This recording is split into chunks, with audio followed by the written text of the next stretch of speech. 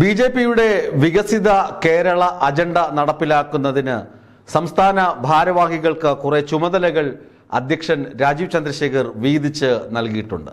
പടലപ്പിണക്കത്തിന്റെ പരശ്രേണിയിൽ നിൽക്കുന്ന, അതായത് പരകോടിയിൽ നിൽക്കുന്ന ബി.ജെ.പിയുടെ ഉൾഘടകങ്ങളിൽ അല്ലെങ്കിൽ നേതാക്കളിൽ ആകെ പരിഭ്രാന്തി സൃഷ്ടിക്കുന്ന വിഭജനമാണ് രാജീവ് ചന്ദ്രശേഖർ ജി നടത്തിയതെന്നാണ് സുരേന്ദ്ര പക്ഷത്തിൻ്റെയും അതുപോലെ തന്നെ വി മുരളീധര പക്ഷത്തിൻ്റെയും ആരോപണം. സ്വതവേ ഇടഞ്ഞു നിൽക്കുകയാണ് വി മുരളീധരനും അതുപോലെ തന്നെ സുരേന്ദ്ര പക്ഷാദികളും. ഇപ്പോഴെന്താണ് സംഭവിച്ചത്? സുരേന്ദ്രന് തീരെ ഇഷ്ടമില്ലാത്ത എസ് സുരേഷിനാണ് മുഴുവൻ പ്രാതിനിധ്യവും ചന്ദ്രശേഖർ ജി നൽകിയിരിക്കുന്നത്. സുരേന്ദ്രനെ എങ്ങനെയെങ്കിലും ഒതുക്കുക, സുരേന്ദ്രൻ്റെ യാതൊരു ഇടപെടലും പാർട്ടിക്കകത്ത് നടപ്പിലാക്കാതിരിക്കുക എന്ന ലക്ഷ്യം രാജീവ് ചന്ദ്രശേഖർക്ക് ഉണ്ട് എന്ന് തെളിയിക്കുന്നതാണ് ഈ വിഭജനം. സുരേഷിന് എന്തൊക്കെ ചുമതലകളാണ് നൽകിയിരിക്കുന്നത്? സംഘടനയുടെ സജീവമായ എല്ലാ ചുമതലയും, അതായത് ചുരുക്കത്തിൽ പ്രസിഡന്റ് കഴിഞ്ഞാൽ അടുത്ത എല്ലാ കാര്യങ്ങളും നോക്കുന്നത് സുരേഷാണ്. RSSുമായുള്ള കോർഡിനേഷൻ, അതുപോലെ തന്നെ സംഘടനയുടെ നടത്തിപ്പ് ചുമതല, സംഘടനയുടെ ദൈനംദിന കാര്യങ്ങളൊക്കെ സുരേഷിന് കൈമാറുമ്പോൾ അല്ലെങ്കിൽ അതിൻ്റെ ചുമതല കൈമാറുമ്പോൾ സുരേന്ദ്രനൊക്കെ ഇങ്ങനെ മൂക്കത്ത് കൈവിരൽ വെച്ച് നിൽക്കുകയാണ്. കാരണം സുരേന്ദ്രൻ സംസ്ഥാന അധ്യക്ഷനായിരുന്ന സമയത്ത് സുരേഷിനെ ആ ഭാഗത്തേക്കെങ്ങും അടുപ്പിച്ചിരുന്നില്ല. സുധീറിനായിരുന്നു എല്ലാ കാര്യങ്ങളും കൊടുത്തിരുന്നത്. ഇപ്പോൾ പി സുധീറിന് അത്ര വലിയ പ്രാധാന്യമൊന്നുമില്ലാത്ത ചില സംഭവങ്ങളുടെ ഏകോപന ചുമതലയാണ് രാജീവ് ചന്ദ്രശേഖർ ജി നൽകിയിരിക്കുന്നത്. ഇത് സുരേഷിൻ്റെ മാത്രം കാര്യമല്ല. സുരേഷിന് സീനിയോറിറ്റി ഉണ്ട്, സുരേഷിന് ഈ സ്ഥാനമാനങ്ങൾ ലഭിക്കാൻ അല്ലെങ്കിൽ ഈ സ്ഥാനങ്ങൾ വഹിക്കാൻ അർഹതയുണ്ട് എന്നൊക്കെ വാദിക്കാമെങ്കിലും വി മുരളീധരൻ അതുപോലെ തന്നെ കെ സുരേന്ദ്രൻ ഇവരെ സംസ്ഥാന സമിതിയുമായോ സംസ്ഥാന സമിതിയുടെ പ്രവർത്തനങ്ങളുമായോ ഒരു തരത്തിലും അടുപ്പിക്കില്ല എന്ന് അടിവരയിട്ടുകൊണ്ടാണ് സുരേഷിന് ഈ സുപ്രധാനപ്പെട്ട ചുമതലകൾ നൽകിയിരിക്കുന്നത്. ഇനിയുണ്ട് ശോഭാ സുരേന്ദ്രൻ പറഞ്ഞു നടന്നത് എന്താണ്? സുരേന്ദ്രൻ എന്നെ ഒഴിവാക്കി, സുരേന്ദ്രൻ ജനറൽ സെക്രട്ടറി ആയിരുന്ന എന്നെ വൈസ് പ്രസിഡന്റ് സ്ഥാനത്തേക്ക് തരം താഴ്ത്തി, എന്നെ 2 വർഷം ഒന്നും ചെയ്യാൻ അനുവദിച്ചില്ല. ഇപ്പോഴിതാ പാർട്ടി എനിക്ക് ജനറൽ സെക്രട്ടറി സ്ഥാനം തന്നു, എനിക്ക് ഇപ്പോഴെല്ലാം ലഭിക്കും എന്ന് കരുതിയിരുന്ന ശോഭയ്ക്കും കിട്ടിയ അടി. ശോഭയ്ക്ക് കുറച്ചുകൂടി ശോഭനമായ ഒന്നുകിൽ സംഘടനാ കാര്യമെങ്കിലും ശോഭയ്ക്ക് ലഭിച്ചിരുന്നുവെങ്കിൽ ശോഭ കുറെ കൂടി സംതൃപ്തി അടഞ്ഞേനെ. ഇപ്പോഴെന്താണ് കൊടുത്തിരിക്കുന്നത്? പ്രകടനങ്ങൾ, പ്രതിഷേധങ്ങൾ, അതായത് സമരപരിപാടികൾ ആസൂത്രണം ചെയ്യുകയാണ് ശോഭയ്ക്ക് കൊടുത്തിരിക്കുന്നത്. ശോഭ നമുക്കറിയാം, ശോഭ എങ്ങനെയാണ് ബി.ജെ.പിയിൽ ഇത്ര വലിയ നേതാവായത്? ശോഭ ഏതു മണ്ഡലത്തിൽ മത്സരിച്ചാലും അല്ലെങ്കിൽ ഏത് രംഗത്ത് പ്രവർത്തിച്ചാലും 10 ആളെ കൂട്ടാൻ കഴിയുന്ന ഒരു വനിതാ നേതാവാണ് ശോഭാ സുരേന്ദ്രൻ.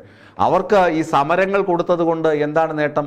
ഈ വികസിത കേരളം എന്ന ആപ്തവാക്യം പ്രാവർത്തികമാക്കാൻ 2025 നടക്കാൻ പോകുന്ന തദ്ദേശ സ്വയംഭരണ തെരഞ്ഞെടുപ്പ്, 2026 വരാൻ പോകുന്ന നിയമസഭാ തെരഞ്ഞെടുപ്പ്, ഇമാതിരിയുള്ള തെരഞ്ഞെടുപ്പ് കാര്യങ്ങളിൽ ശോഭയ്ക്ക് പ്രത്യേകിച്ച് റോളൊന്നുമില്ല. ശോഭ ചെയ്യേണ്ടത് സർക്കാരിനെതിരെയുള്ള പ്രതിഷേധ പരിപാടികൾ ആസൂത്രണം ചെയ്യുക, നടപ്പിലാക്കുക. ഇതിന് ശോഭയ്ക്ക് കൊടുത്തിരിക്കുന്ന സഹായി ആരാണ്? വൈസ് പ്രസിഡന്റ് ഷോൺ ജോർജാണ് ശോഭയുടെ ഒപ്പം പ്രവർത്തിക്കേണ്ടത്. നന്നായിരിക്കുമെന്നാണ് ബി.ജെ.പി അണികൾ പറയുന്നത്. ശോഭാ സുരേന്ദ്രന് തീരെ ഇഷ്ടമില്ലാത്ത ഒരു വ്യക്തിയാണ് ഷോൺ ജോർജ് ഒരു പുത്തൻകൂറ്റുകാരനാണ്. ഇപ്പോൾ ഇങ്ങോട്ട് വന്നതേ ഉള്ളൂ. വൈസ് പ്രസിഡന്റായി, അത് കഴിഞ്ഞിട്ട് ഈ ന്യൂനപക്ഷങ്ങളെ, പ്രത്യേകിച്ച് ക്രിസ്ത്യൻ സമുദായത്തെ പാർട്ടിയിലേക്ക് അടുപ്പിക്കുന്നതിൻ്റെ ചുമതലയുണ്ട്, ഭയങ്കര സുപ്രധാനപ്പെട്ട ചുമതല. അത് പോരാത്തതിനാണ് ഈ സമര പ്രതിഷേധ പരിപാടികൾ ആസൂത്രണം ചെയ്യുന്നതിനും നടപ്പിലാക്കുന്നതിനുമുള്ള ചുമതല കൂടി ഷോൺ ജോർജിന് നൽകിയിരിക്കുന്നത്. അപ്പോൾ ശോഭ പറയുകയാണ്, തൻ്റെ ശോഭ കെടുത്തി, തൻ്റെ സ്വപ്നങ്ങളൊക്കെ തല്ലി തകർക്കുന്ന മട്ടിലാണ് ഈ വിഭജനം നടത്തിയിരിക്കുന്നത്.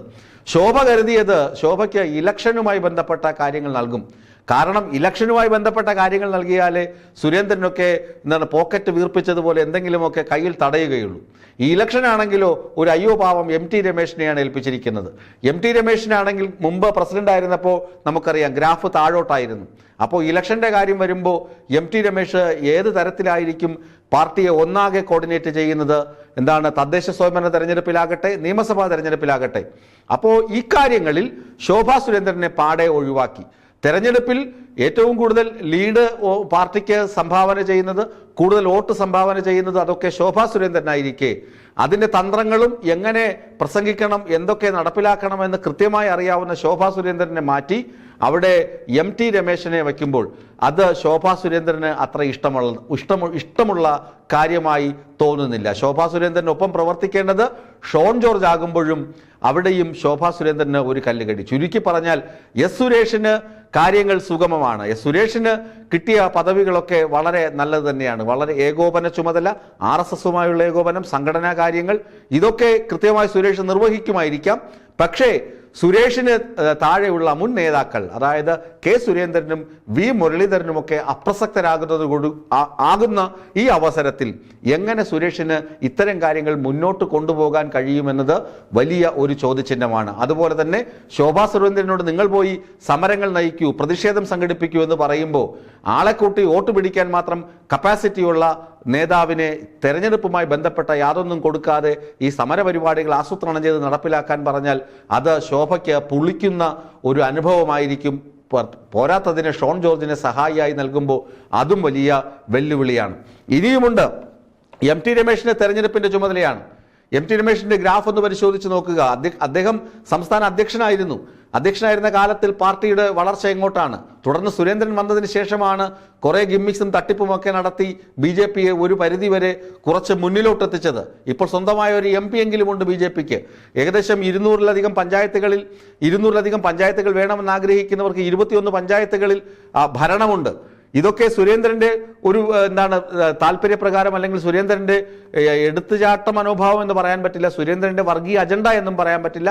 സുരേന്ദ്രന്റെ മിടുക്കുകൊണ്ട് ഒരു പരിധിവരെ നേടിയതാണ് ഈ സ്ഥാനങ്ങളൊക്കെ എന്ന് പറഞ്ഞു വെക്കാൻ നമുക്ക്. അപ്പോഴാണ് ഈ MT രമേശിനെ കൊണ്ടുവച്ചിട്ട് ഇതെങ്ങനെ നടപ്പിലാക്കും? 200 പഞ്ചായത്താണ് ലക്ഷ്യം. 10,000 വാർഡുള്ളതിൽ ഏകദേശം ഒരു 6,000 വാർഡെങ്കിലും പിടിക്കണമെന്നാണ് അടുത്ത ലക്ഷ്യം.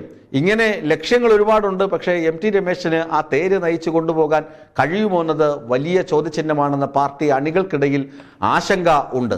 ചുരുക്കി പറഞ്ഞു കഴിഞ്ഞാൽ രാജീവ് ചന്ദ്രശേഖർജി എന്തിനാണ് ഇങ്ങനെ ഒരു വിഭജനം നടത്തിയത് മറ്റൊന്നുമല്ല, എല്ലാവർക്കും ഈ ഇടത് സർക്കാർ നടപ്പിലാക്കിയ ജനകീയ ആസൂത്രണമുണ്ടല്ലോ, വികേന്ദ്രീകൃത ഭരണം. ഇത് മോദി വന്നിട്ട് വികേന്ദ്രീകൃത ഭരണമല്ല നടപ്പിലാക്കിയത്, കേന്ദ്രീകൃത ഭരണം. സർക്കാരിന്റെ കാര്യമല്ല, പാർട്ടിയുടെ കാര്യം. എല്ലാം കേന്ദ്രീകൃതമാണ്, എല്ലാം തൻ്റെ കൈപ്പിടിയിലാണ് ഒതുക്കി നിർത്തിയിരിക്കുന്നത് എന്ന് പറയുമ്പോൾ, തൻ്റെ കൈപ്പിടിയിലാണ് എല്ലാം എന്ന് മോദി പറയുന്നത് നല്ലതാണെന്ന് ശശി തരൂർ വരെ പുകഴ്ത്തിയതാണ്. അപ്പോഴാണ് കേരളത്തിൽ ഈ ഒരു വികേന്ദ്രീകൃത രീതി ചന്ദ്രശേഖർ നടപ്പിലാക്കുന്നതും സുരേന്ദ്രനെയും അതുപോലെ വി മുരളീധരനെയും പൂർണ്ണമായി തേച്ച് മാച്ച് കളയുന്നതും. ഇത് വലിയ പ്രതിഷേധമാണ് പാർട്ടിക്കുള്ളിൽ പുകച്ചുകൊണ്ടിരിക്കുന്നത്. അത് ഏത് തരത്തിൽ പ്രതിഫലിക്കുമെന്ന് ഇലക്ഷൻ്റെയൊക്കെ റിസൾട്ട് വരുമ്പോൾ മാത്രമേ നമുക്ക് മനസ്സിലാക്കാൻ കഴിയുകയുള്ളൂ.